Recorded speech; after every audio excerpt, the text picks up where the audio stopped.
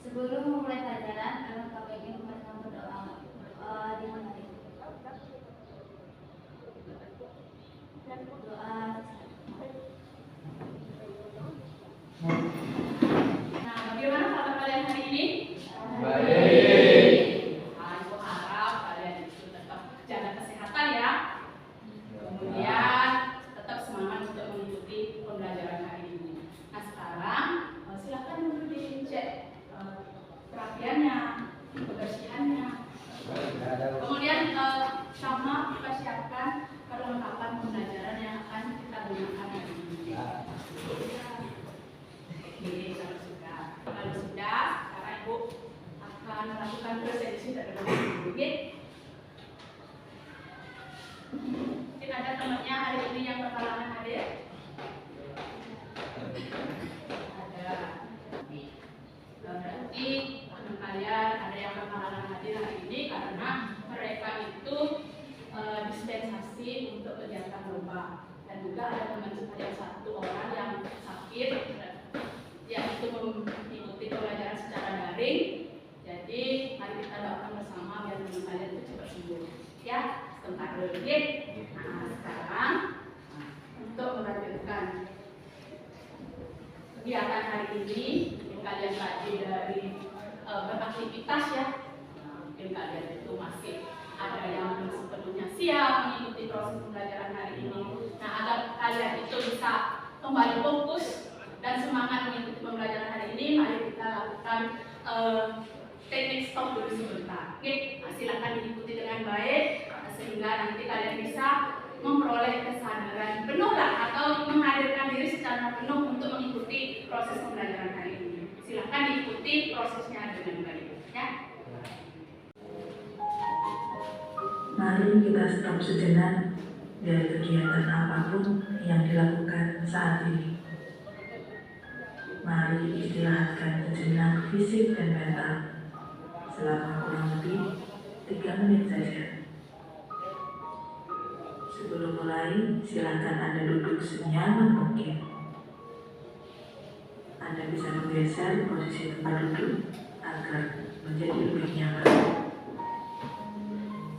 Cobalah untuk duduk tidak membungkuk, tetap tegak, tetapi kedua bahu rileks.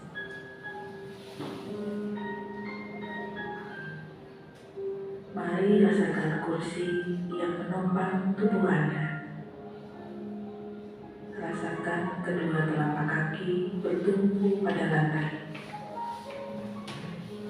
Letakkan tangan pada pangkuan atau di atas meja. Rileks, rileks. Kemudian silakan pejamkan mata jika merasa nyaman. Atau cukup arahkan pandangan ke bawah. Rileks. Amati nafas. Amati nafas yang masuk dan keluar. Bernafaslah seperti biasa. Saat bernafas, rasakan udara yang masuk dan keluar melalui hidung. Rasakan abdomen yang turun naik saat bernafas. Mari nafas lebih pelan, pelan, dan dalam. Rasakan perut mengembang dan mengepis saat bernafas. Sekarang kita akan bernafas dalam 4 hitungan dan menghembuskan dalam 4 hitungan pula. Mari kita mulai. Ambil nafas.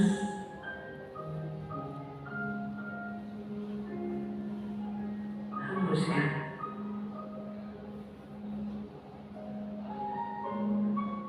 Ulangi lagi, ambil nafas dalam.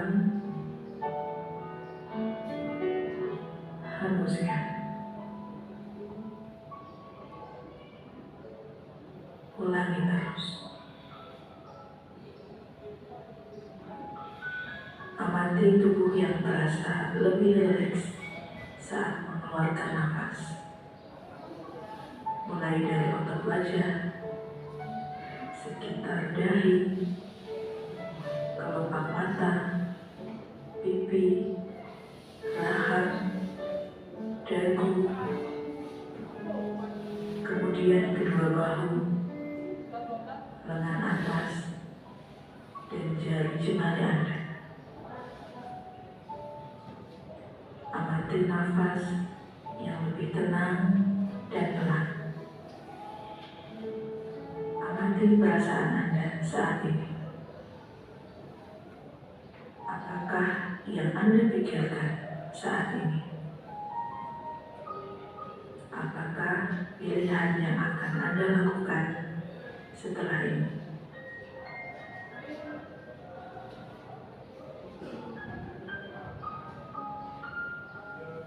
Silakan buka mata Anda perlahan. Untuk mengakhirinya, mari kita ambil nafas panjang sekali lagi dan hembuskan perlahan.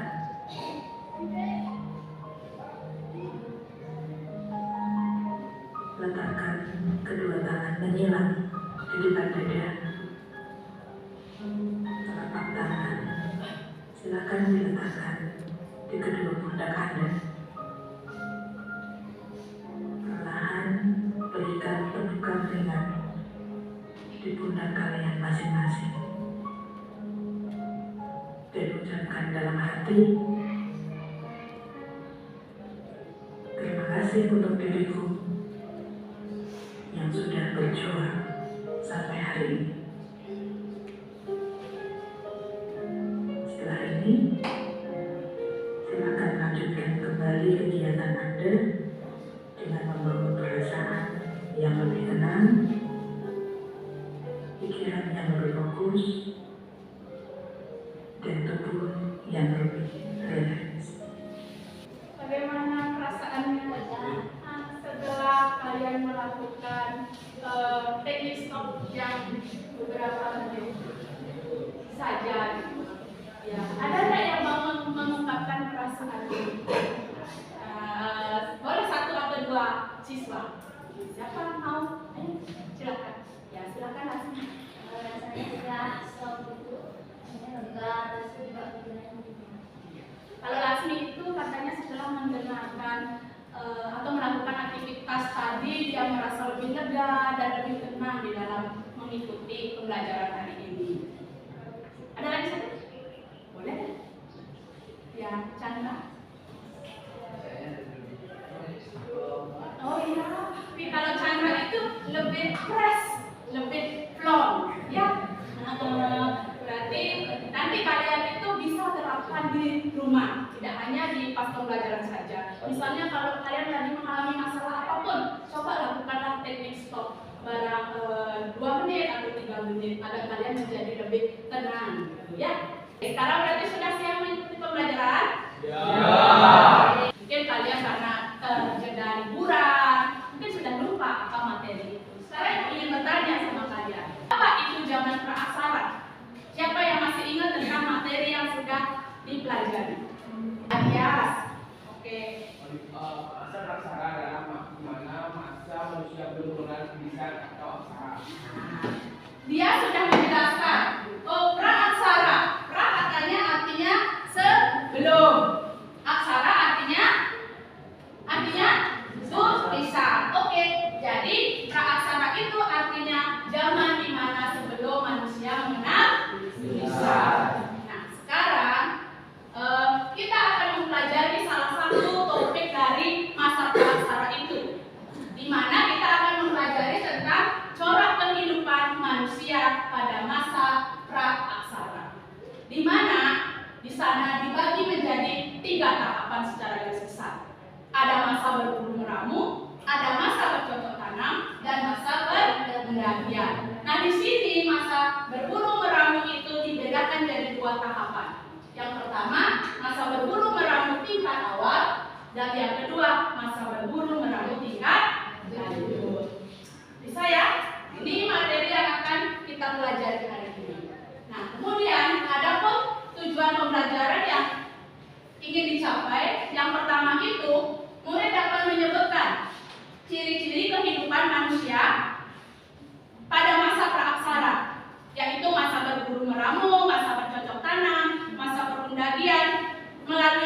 kegiatan diskusi kelompok dan presentasi dengan model pembelajaran discovery learning terintegrasi dengan pembelajaran berdiferensiasi dan KSI. Ya. Kemudian tujuan yang kedua, murid dapat membedakan corak kehidupan manusia pada masa praaksara, yaitu masa berburu meramu, masa bercocok tanam, dan masa perundalian melalui kegiatan diskusi kelompok dan presentasi dengan baik. Nah, kalian itu agar bisa membedakan dengan baik menggunakan model pembelajaran discovery learning terintegrasi dengan pembelajaran berdiferensiasi dan KSI.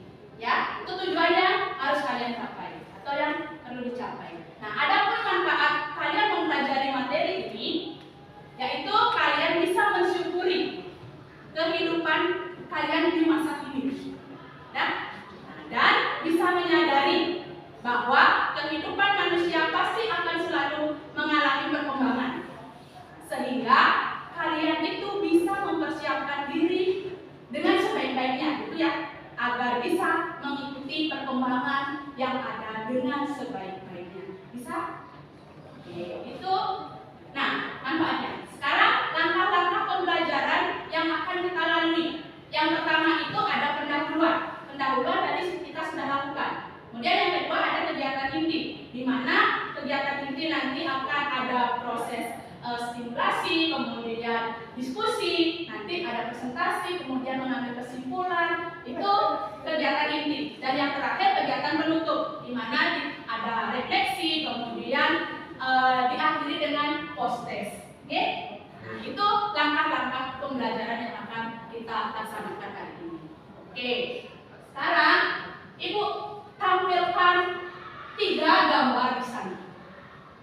Silakan kalian itu melihat dulu gambar yang ada di depan. Boleh kalian mengungkapkan apa sih yang kalian lihat di gambar itu. Siapa aja boleh. Ayo, siapa yang mau menanggapi gambar yang ada di depan itu? Ayo. Nomor 2 itu bercocok tanam sama berburu. Kalau dia itu melihat, katanya gambar 1 itu ada orang yang sedang berburu. Kalau gambar 2 itu ada orang yang sedang bercocok tanam. Kalau gambar 3 ada yang tahu? Ya, Laksmi itu katanya sedang memanaskan ya, memanaskan logam. Nah, Masa pertama itu bisa disebut masa berburu, masa kedua itu bercocok tanam, masa ketiga itu perundalian. Nah, kalau itu menurut kalian apakah zaman praaksara itu sudah seperti ini? Itulah tujuannya Ibu menampilkan gambar ini, ya kalian memiliki pemahaman. Oke? Artinya masa atau kegiatan atau aktivitas seperti berburu, bercocok tanam, kemudian perundalian atau pertukangan itu dari masa praaksara sebenarnya sudah ada, gitu. Tetapi tahapnya atau cara-caranya yang berbeda. Kalau sekarang kan sudah canggih. Kalau masa praaksara masih sederhana. Oke, baik itu dari alat yang digunakan manusianya. Itunya sudah Ibu bagikan video pembelajaran. Nah, Ibu sudah bagikan video pembelajaran. Sudah Ibu bagikan link Google Drive, bahan bacaan di Google Drive. Kemudian kalian sudah punya buku paket, sudah punya LKS. Nah, tentu kalian sudah memperoleh informasi-informasi dari sumber-sumber materi yang sudah kalian pelajari. Dari hal yang kalian sudah ketahui, mungkin ada pertanyaan yang belum atau permasalahan yang masih kalian hadapi, boleh ditanyakan. Ada yang mau bertanya? Oh ya, oke, Intan. Setelah saya menonton video tersebut, dijelaskan manusia pada masa berburu meramu itu kan mereka masih tinggal di alam terbuka dan dekat dengan sumber air. Nah, mengapa mereka lebih memilih tinggal di dekat sumber air? Mengapa tidak tinggal di tengah hutan atau di pegunungan, Bu? Oh iya. Oke, tepuk tangan untuk teman-temannya. Berarti Intan itu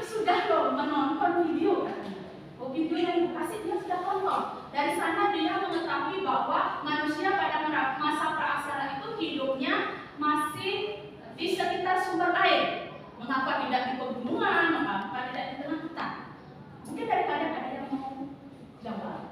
Atau kalau yang sudah tahu jawabannya, boleh ya pakai ini. Oh iya, Laksmi aja. Boleh yang lainnya ikut berpartisipasi, bersemangat untuk belajar.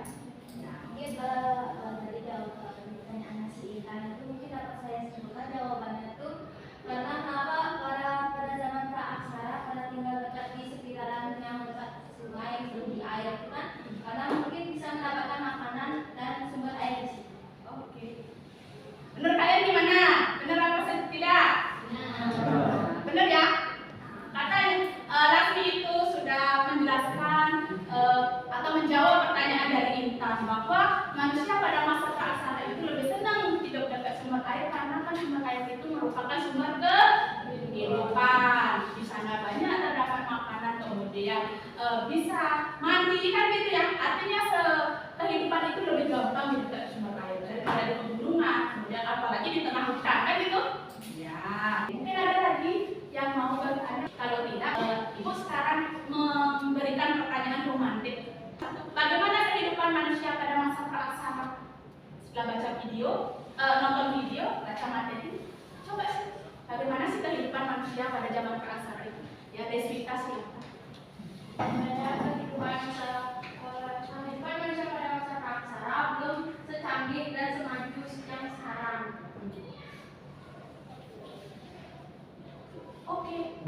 Nah, Deswita memberikan jawaban bahwa sedikit aja ya, singkat aja. Ya, mudah-mudahan singkat, jelas dan padat ya. Bagaimana kehidupan manusia pada masa praaksara? Menurut Deswita, kehidupan manusia praaksara itu masih sangat sederhana, belumlah secanggih di masa sekarang. Nomor 2, mungkin udah ada yang baca, nonton video. Apa saja ciri kehidupan manusia pada masa berburu meramu? Boleh satu aja cirinya. Coba dulu sebagai awal sebelum kalian melakukan proses diskusi. Selain Laksmi, tak ada? Ya, Puja gitu. Nah, laki-laki harus juga semangat. Ya, Puja silakan. Jadi kehidupan manusia pada masa berburu meramu yaitu hidupnya masih berpindah-pindah dari satu ke tempat yang lain. Oke, berarti Puja mengetahui dari dia baca LKPD, nonton video, kemudian baca LKS, buku paket, dia mengetahui bahwa ciri kehidupan manusia pada masa berburu meramu itu manusianya masih hidup secara berpindah-pindah dari satu tempat ke tempat yang lain. Oke ya?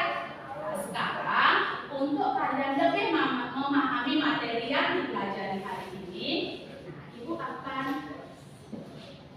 suruh kalian itu duduk secara berkelompok sesuai dengan kelompok yang sudah Ibu tentukan. Kelompoknya itu sudah Ibu buat secara heterogen ya, dari Ibu lihat dari kemampuan, minat belajar kalian, gaya belajar kalian, profil kalian, itu makanya Ibu sudah buatkan kelompok 1 sampai 5. Silakan kalian sekarang mencari kelompoknya masing-masing. Silakan duduk secara berkelompok untuk membahas ya LKPD yang akan dibagikan agar lebih memahami materi pembelajaran hari ini. Oke ya? Oke, silakan sekarang duduk bersama kelompoknya untuk melakukan diskusi kelompok. Silakan. Ibu sudah bagikan isi nama kelompoknya dulu. Silakan kalian berbagi peran agar bisa menyelesaikan LKPD itu dengan baik. Ya, isi nama kelompok berbagi tugas. Nah, semua berperan di dalam kelompok, tidak ada yang diam, ya, tidak ada yang main-main. Semua bagi-bagi tugas biar cepat selesai kerjaannya. Ya.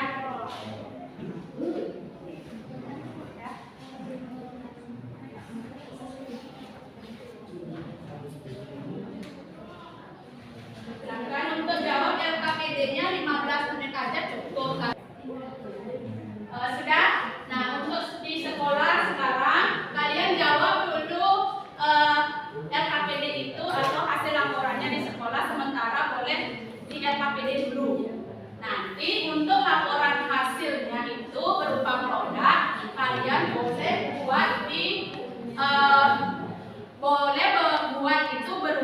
video boleh, kemudian presentasi di Canva atau di PowerPoint, boleh berupa poster, boleh berupa infografis maupun dokumen tertulis, dan itu dikumpulkan, ya itu toleransi lagi 1 hari lah, karena kan biar kalian dapat mengerjakan semua itu dengan lebih mantap. Sementara silakan dulu selesaikan LKPD secara tertulis. Untuk hasil produknya dikumpulkan pada hari Senin aja. Nanti silakan kalian kirim hasil produknya itu ke link Google Drive yang akan ibu bagikan. Ya, bisa dipahami dulu, bisa? Bisa. Oke, sekarang silakan semua bekerja sama dengan baik.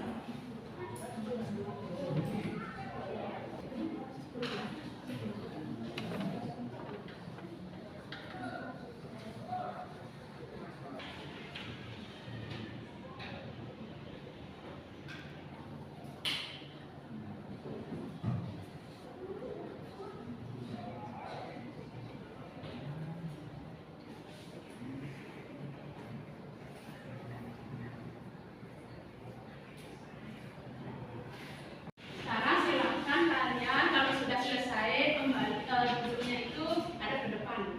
Kan biar kita itu sekarang mau sesi presentasi. Oke, berarti sekarang sudah siap. Sekarang kita lakukan SBC dulu, ya. Nah, sebelum presentasi biar kalian seperti kata Chandra, fresh dan glow. Ya, SBC yang ibu kasih itu glow aja. Ya, yang sudah ibu ajarkan biar kalian itu penuh cinta gitu. Ibu juga dapetin dari proses pembelajaran di guru penggerak ini dapat tepuk log itu. Ya, sekarang ibu udah bagikan ke kalian biar kalian juga punya tepuk log untuk kehidupan sehari-harinya. Nih, bisa kan? Nah, oke, tepuk log. Log kecil, log sedang, log besar. Love you. Dan oke. Silakan duduk. Sesi presentasi. Ya. Nah, sesi presentasi ini ibu akan suruh 2 kelompok saja mewakili presentasi hari ini. Nah, ibu minta secara suka dan rela dulu. Kelompok yang mau presentasi. Kelompok Lasmi, dia juga mau. Oke, kalau gitu untuk kelompoknya Lasmi, ibu kasih presentasi 2. Ya, silakan ke depan. Dibawakan hasil LKPD-nya. Oke. Sekarang kelompok Lasmi atau kelompok 1 akan presentasi. Silakan bagi kelompok yang lain memperhatikan, dan nanti jika ada yang kurang jelas silakan mau bertanya maupun menanggapi presentasi temannya. Oke? Silakan. Om Swastiastu. Halo semuanya, kami dari kelompok 1. Perkenalkan, nama saya Komandan Putami dan rekan saya. Perkenalkan, nama saya Komandan Sumber. Perkenalkan, nama saya Digatut Ayosi Putri. Perkenalkan, nama saya Agus Sundara Wijasawa. Perkenalkan, nama saya Marina Cahyani. Hari ini kami akan mempresentasikan LKPD 1 dan LKPD 2. LKPD 1 ciri-cirinya akan dibacakan oleh Hendra. Ciri-ciri kehidupan manusia para aksara pada masa berburu meramu tingkat awal. Yang pertama, manusia masih hidup secara nomaden. Yang kedua, manusia hidup masih sepenuhnya tergantung sama alam. Food gathering. Yang ketiga, manusia hidup dalam kelompok kecil sekitar 10 sampai 15 orang. Yang keempat, peralatan yang digunakan masih sederhana. Adanya yang berlaku. Oke, saya akan menjelaskan perbedaan masa berburu meramu tingkat awal dengan masa perundagian. Oke, masa berburu meramu tingkat awal 1. Manusia masih hidup secara berpindah-pindah. Sedangkan masa perundagian 1. Manusia sudah hidup menetap di suatu tempat. 2. Manusia tidak masih sepenuhnya tergantung sama alam. Sedangkan perundagian peralatan yang sudah maju dan terbuat dari logam. Yang ketiga, manusia hidup dalam kelompok kecil dan masih liar. Sedangkan masa perundagian alat yang dihasilkan seperti mukul, nuvara, dan sampah corong.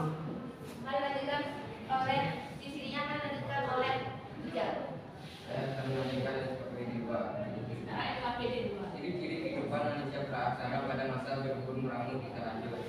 1. Cara hidupnya bersifat semi nomaden atau semi sedenter. 2. Mulai tinggal di gua-gua alam, Abrisus Roche. 3. Peralatan yang digunakan juga masih kasar. 4. Manusia sudah bisa menangkap ikan dengan cara sederhana. Selanjutnya dibacakan lagi. Perbedaan masa berburu meramu tingkat lanjut dengan masa berburu meramu tingkat awal. Masa berburu meramu tingkat awal yang pertama, manusia masih hidup secara berpindah-pindah. Sedangkan masa berburu meramu tingkat lanjut, 1. Manusia sudah mulai hidup secara semi nomaden. Yang kedua, masa berburu meramu tingkat awal, manusia hidup dalam kelompok kecil dan tinggal di alam buka. Sedangkan masa berburu meramu tingkat lanjut, manusia hidup di kelompok lebih besar dan sudah tinggal di gua alam. Yang ketiga, masa berburu meramu tingkat awal, kemampuan manusia masih sangat rendah sehingga belum memiliki keterampilan. Sedangkan masa berburu meramu tingkat lanjut, kemampuan manusia lebih berkembang. Manusia sudah mengenal seni dan kepercayaan. Lanjut ke sesi tanya jawab. Apakah ada yang ingin bertanya? Ya, silakan. April silakan perkenalkan diri dari kelompok mana. Kenalkan, nama saya Nada Dewi, saya dari kelompok 3. Tadi kan dijelaskan bahwa manusia pada masa berburu meramu tingkat lanjut hidupnya secara semi nomaden. Apa sih itu semi nomaden? Pertanyaannya itu, apakah yang dimaksud dengan semi nomaden? Saya akan menjawab pertanyaannya. Semi nomaden yaitu cara hidup manusia yang setengah menetap, setengah berpindah. Artinya manusia pada masa itu akan tinggal di suatu tempat seperti di gua-gua alam dalam jangka waktu yang lebih lama. Tetapi jika sumber makanan sudah habis, mereka akan berpindah lagi untuk mencari sumber makanan yang baru. Bisa diterima?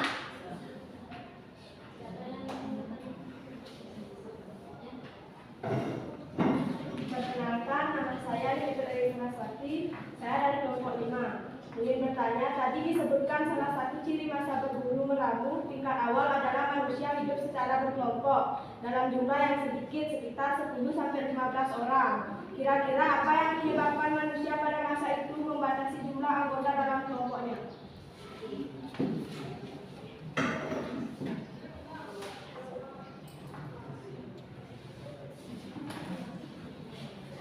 Pada masa berburu meramu tingkat awal kan manusia masih hidup secara nomaden.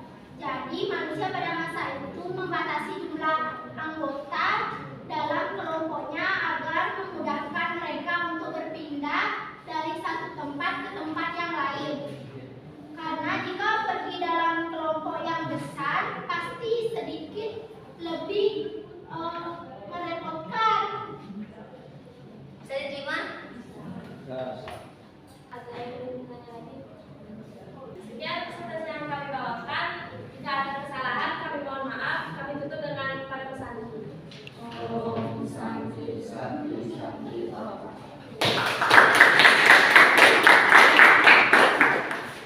LKPD 1 dan LKPD 2 ya, di mana tadi sudah dijelaskan sama kelompok Laksmi dan kelompoknya Intan, Puja, Eka, sama Desi ya. Kemudian ada pertanyaan dari temennya, apa itu semi nomaden ya, jangan nomadon ya. Semi nomaden, kalian mungkin pernah dengar semi kan, kalian punya baju kebaya kadang dibilang semi Prancis kan gitu ya, semi nomaden. Oh, semi itu artinya setengah berpindah dan setengah menetap, seperti yang sudah dijelaskan sama teman-teman tadi. Kemudian tadi ada alasan berkelompok dalam jumlah yang sedikit. Kalian pasti sudah ngerti itu, tanpa kalian mempelajari atau dapat baca buku mungkin udah punya pemahaman di hati gitu ya. Kalau masih berpindah-pindah dari satu tempat ke tempat yang lain, pasti mereka lebih gampang. Kalau jumlah anggotanya sedikit, coba kalau berbanyak, manca bekerja kelompok yang bekerja militer kan gitu ya, bahasa Balinya kan lama nyampenya gitu. Mungkin sudah keburu ada apa-apa di jalan gitu, istilahnya pada saat masa praksara itu. Makanya mereka lebih memilih sedikit aja biar lebih gampang berpindah dari satu tempat ke tempat yang lain. Karena pada masa itu masih bersifat nomaden dan semi. Oke, itu tingkat awal dan tingkat lanjut. Oke, sekarang kelompoknya jelas itu silakan ke depan untuk presentasi. Oke, pada berikutnya. Halo semuanya, selamat pagi. Oke, baik. Tentunya kami di sini ingin menjelaskan tentang hasil diskusi LKPD 3 dan 4. Nah, sebelum itu perkenalkan dulu nama saya Nadek Syafnya Sori, biasa panggil Kesya. Dan saya mau tidak dapat dan perkenalkan nama saya Imani Pagaya, bisa dipanggil Pago. Perkenalkan nama saya Lutu Citra Wulandari, bisa dipanggil Citra. Perkenalkan nama saya Ingrid Sarimbawu, bisa dipanggil Yas. Oke, baik. Teman saya akan menjelaskan tentang LKPD 3 dan 4. Baik, terima kasih. Di sini saya akan membaca ciri-ciri kehidupan manusia praksara pada masa bercocok tanam. Yang pertama yaitu manusia sudah hidup menetap. Yang kedua, manusia sudah bisa menghasilkan makanan sendiri atau food production. Yang ketiga, manusia sudah berkelompok dalam jumlah yang besar dan memiliki pemimpin, yaitu kepala suku. Yang keempat, sudah mengenal sistem perdagangan dengan sistem barter. Baik, di sini saya akan membacakan perbedaan masa bercocok tanam dengan masa berburu meramu tingkat awal. Masa berburu meramu tingkat awal, manusia masih hidup secara berpindah-pindah. Sedangkan masa bercocok tanam, manusia menetap di satu tempat.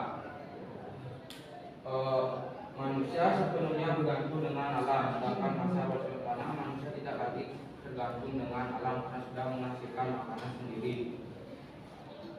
Peralatan yang digunakan terbuat dari batu yang masih kasar, sedangkan masa bercocok tanam, peralatan yang digunakan sudah terbuat dari batu yang sudah dihaluskan. Meramu tingkat awal manusia hidup dalam kelompok kecil dan masih liar, sedangkan masa bercocok tanam, manusia sudah hidup teratur dan memiliki pemimpin.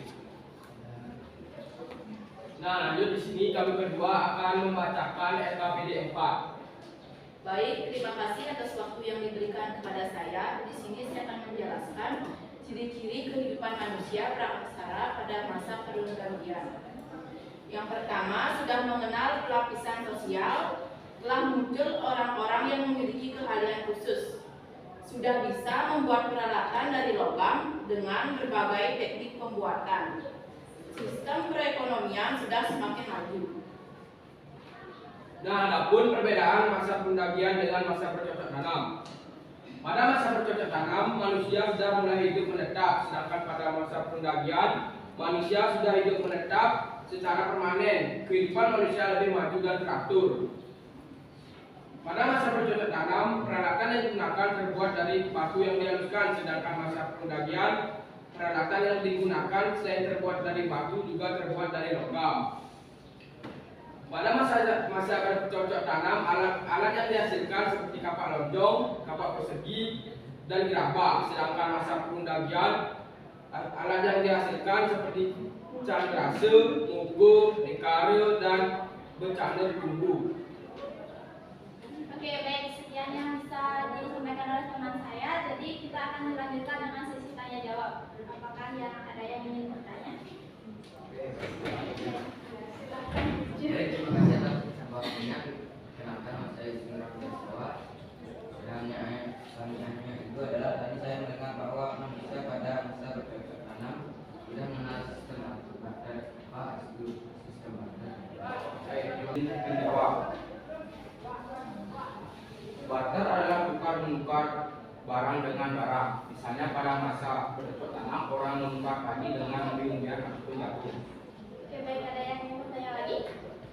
Halo, perkenalkan, nama saya Putri Nasution Putri. Di sini saya akan bertanya. Nah, tadi kan kalian sudah menjelaskan bahwa pada masa praaksara manusia sudah mulai mengenal kepercayaan seperti animisme dan dinamisme. Apa sih itu perbedaan antara kepercayaan animisme dengan dinamisme.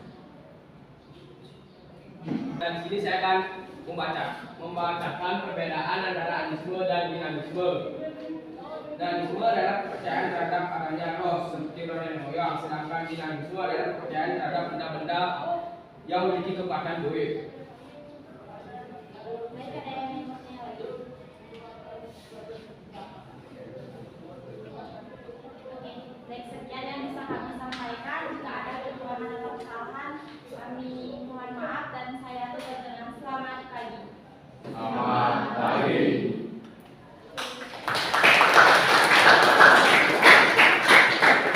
Dan kawan-kawan ya sudah mempresentasikan tentang LKPD 3 dan LKPD 4, di mana tadi ada pertanyaan. Nah, untuk yang hasil alat-alatnya itu kalau bisa dibaca negara, jangan are, ya cadrasa, jangan cadrase, ya. Habis itu apa lagi tadi? Animisme dan dinamisme. Tadi animisme itu percaya terhadap adanya roh nenek moyang, dinamisme itu percaya dengan kekuatan gaib. Gaib ya, jangan bukit, gaib ya, kekuatan gaib. Oke, nah itu aja sih yang perlu Ibu luruskan. Yang lainnya kelompok 1 presentasinya, kelompok 2 presentasinya sudah sangat bagus dan kalian juga sudah menyimak dengan baik. Oke, nah sekarang Ibu akan lanjutkan dengan kesimpulan.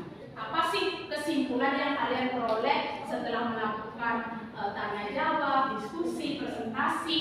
Nah, apa yang kesimpulan yang kalian peroleh? Ya, silakan karena Laksmi aja yang angkat tangan, Ibu kasih Laksmi saja. Ya, dia tunggu dulu. Ya, oke. Silakan Laksmi. Iya, menurut saya dari kesimpulan yang kami sudah diskusikan dan presentasikan, menurut saya dari zaman pertama itu praaksara bahasa berburu hingga sampai akhirnya hasilnya mereka berhasil membuat peralatan dengan baik, mungkin banyak perjalanan mungkin dari belum masih berburu mencari makanan sendiri ke semi nomaden hingga sampai membuat peralatan, mungkin banyak perjalanan. Oke. Dah.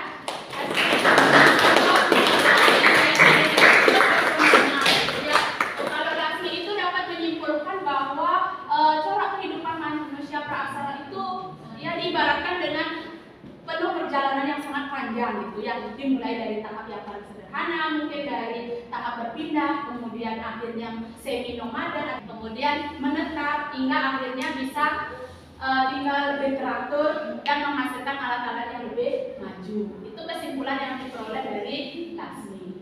Oke, Dias jadi? Oke, Dias. Menurut saya dari materi tadi dapat disimpulkan corak kehidupan pada masa praaksara ternyata sangat berbeda jauh pada masa kini yang sudah sangat maju. Manusia praaksara hidup dari tahap berburu meramu, kemudian tahap bercocok tanam, kemudian masa pendagian, yang dimana di setiap tahap ini memiliki ciri-ciri yang berbeda. Oke. Masa berburu meramu yang pada masa praaksara. Kemudian dilanjutkan dengan ada masa bercocok tanam. Kemudian ada masa perundagian, di mana menurut dia itu masing-masing tahapan itu memiliki ciri-ciri yang berbeda. Bisa dipahami? Nah, oke, tepuk tangan dong untuk dia. Tadi tidak ada.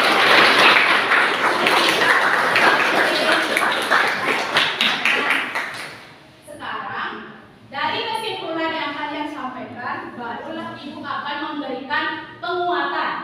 Biar kalian itu tidak salah persepsi, tidak salah konsep. Sekarang Ibu memberikan penguatan berdasarkan kesimpulan yang kalian sampaikan, di mana kita memang mengetahui bahwa corak kehidupan manusia pada masa praaksara itu jauh berbeda dengan kehidupan manusia di masa ini.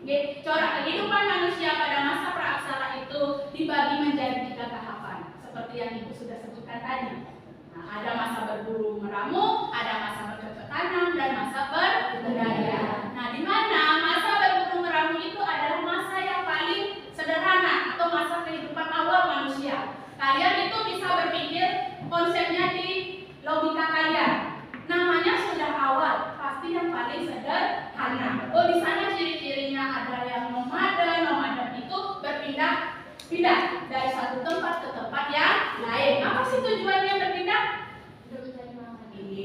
untuk memperoleh makanan. Karena mereka sepenuhnya hidup tergantung sama alam. Karena mereka hidup tergantung sama alam. Makanan yang ada di alam gitu. Karena mereka belum bisa menghasilkan makanan sendiri. Kemudian mereka berkelompok dalam jumlah yang kecil, seperti yang tadi sudah dijelaskan. Kemudian peralatan yang dihasilkan pasti masih kasar, karena kan mereka belum memiliki pengetahuan maupun kemampuan yang memadai untuk menciptakan alat-alat. Untuk bertahan hidup saja mereka sudah susah, kan gitu ya. Apalagi berpikir menciptakan alat-alat yang maju. Mereka masih hidup menggunakan alat-alat yang terbuat dari batu, dari tulang. Itu alat-alat yang digunakan pada masa berburu meramu tingkat awal. Nah, kemudian kepada masa bercocok tanam, itulah yang disebut dengan masa revolusi kehidupan. Kenapa masa bercocok tanam disebut masa revolusi kehidupan? Karena di masa bercocok tanam itulah terjadi perubahan kehidupan dari nomaden menjadi menetap, dari tergantung sama alam, kemudian mereka bisa menghasilkan makanan sendiri, atau disebut dari food gathering menjadi food producing. Kemudian dari alat-alatnya yang kasar, kemudian menjadi alat-alatnya yang halus. Kelompoknya pasti juga berbeda, dari kelompok yang kecil menjadi kelompok yang besar. Itu ya. Kemudian masa perbudayan itu adalah masa yang paling maju di masa praksara. Berarti lebih teratur, lebih maju dibandingkan masa bercocok tanam. Masa perbudayan, mereka itu mulai muncul orang-orang yang memiliki keahlian khusus, terutama di dalam mengolah logam. Makanya alat-alat yang dihasilkan selain dari batu, mereka sudah bisa menghasilkan alat-alat yang terbuat dari logam. Itulah proses kehidupan manusia di masa praksara. Nah, itu penguatan yang Ibu berikan. Apakah bisa dipahami? Sudah bisa dimengerti? Sudah. Kalau sudah bisa dimengerti, nah sekarang mungkin ada yang mau bertanya, Ibu kasih dulu. Mungkin belum mengerti, belum jelas, boleh bertanya. Ada yang mau bertanya atau sudah dipahami? Sudah dipahami? Sudah. Oke, kalau sudah, sekarang Ibu lanjutkan dengan kegiatan penutup hari ini ada refleksi. Nah, sekarang siapa sih mau memberikan refleksi tentang pembelajaran yang kalian ikuti hari ini? Silakan.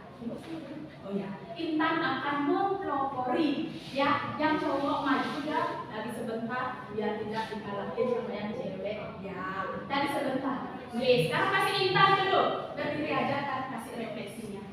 Saya sangat senang mengikuti pembelajaran hari ini karena saya bisa mengetahui ciri-ciri kehidupan manusia pada masa praaksara yang ternyata sangat jauh lebih berbeda daripada kehidupan kita sekarang.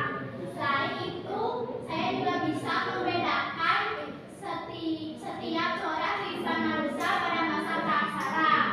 Dan juga saya juga suka pelajaran sejarah karena cara ibu guru mengajarkan materinya sudah dipahami dan dimengerti. Terima kasih. Oh, refleksinya Intan. Oh, dia senang belajar sejarah hari ini karena dengan dia belajar hari ini dia bisa mengetahui ciri-ciri dari corak kehidupan manusia praaksara. Kemudian bisa membedakan setiap corak kehidupan masa praaksara itu. Nah, dia juga syukur senang dengan pelajaran sejarah ya. Itu ya kebanggaan tersendiri bagi ibu sebagai guru sejarah. Ya, terima kasih. Oke, sekarang mungkin ada lagi yang mau memberikan refleksinya. Silakan. Saya senang mengikuti pelajaran sejarah ini karena menyenangkan dan saya jadi banyak mengetahui tentang hal-hal yang berkaitan dengan dari sejarah. Ya, silakan duduk. Oh, tepuk tangan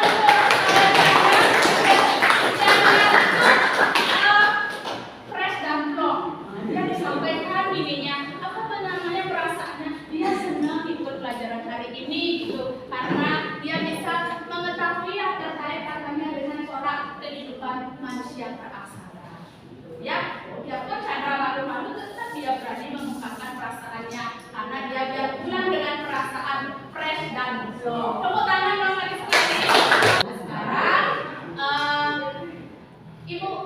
memberikan refleksi, gitu ya. Nah, Ibu merasa kalian itu sudah mengikuti proses pembelajaran hari ini dengan sangat baik, dengan penuh antusias, gitu ya. Sudah mematuhi keyakinan kelas yang kita sepakati. Jadi Ibu berterima kasih sama kalian nih. Pertahankan hal-hal yang sudah baik dan tetap menjalankan keyakinan kelasnya dengan penuh kesadaran dan tanggung jawab. Oke, sehingga proses pembelajaran di kelas selalu berjalan dengan lancar dan baik. Ya, terima kasih sekali lagi. Nah, sebagai penutup, Ibu akan berikan kalian evaluasi atau post test. Nah, di link Google Form. Sekarang Ibu akan kirimkan linknya di grup. Silakan dibuka dan dijawab dengan baik dan dengan sejujur-jujurnya. Oke?